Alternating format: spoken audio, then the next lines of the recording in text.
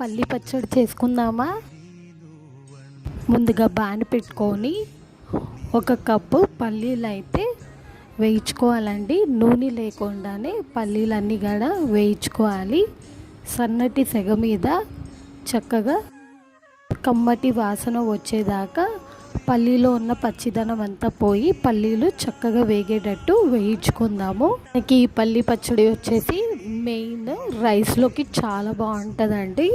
ఎప్పుడైనా మనకి కూరలు లేకపోయినా లేకపోతే వండుకునే టైం లేకపోతే ఈజీగా మనకి ఒక 10 మినిట్స్లో క్విక్ అండ్ టేస్టీ రెసిపీ అని చెప్పుకోవచ్చు. పల్లీలు వేగేయండి.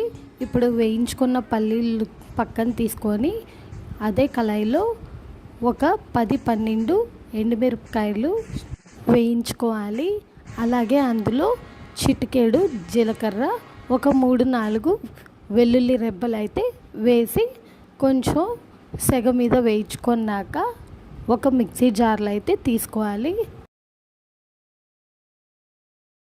ఇలా వేయించుకున్న మసాలాలోకి కొంచెం తగినంత ఉప్పు వేసుకొని అలాగే ఒక పిక్క చింతపండు అయితే వేసుకోవాలి.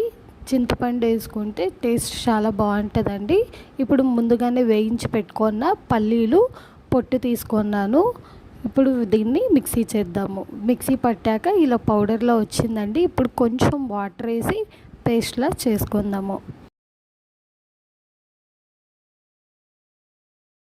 అంతే అండి, టేస్టీ పల్లి చట్నీ అయితే రెడీ అయిపోయింది. అన్నంలోకి అయితే అదిరిపోయింది.